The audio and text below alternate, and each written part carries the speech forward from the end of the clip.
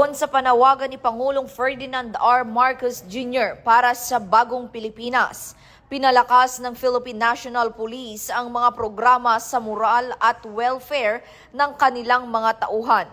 Ayon kay Acting Chief PNP Police Lieutenant General Jose Melencio C. Nartates Jr., nagsisimula ang bagong PNP sa pag-aalaga sa sariling hanay.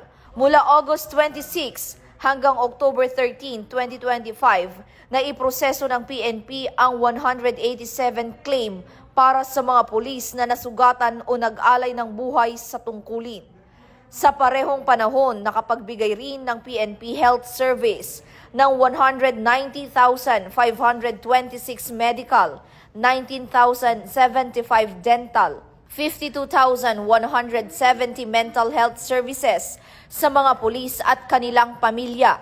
Ayon kay PNP spokesperson Police Brigadier General Randolph T. Tuanyo, ang mataas na moral at maayos na kalagayan ng mga pulis ay susi sa mga mahusay at tapus-pusong serbisyo sa publiko. Muling pinagtitibay ng PNP ang pangako nitong itaguyod ang bagong PNP para sa bagong Pilipinas, serbisyong mabilis, tapat at nararamdaman.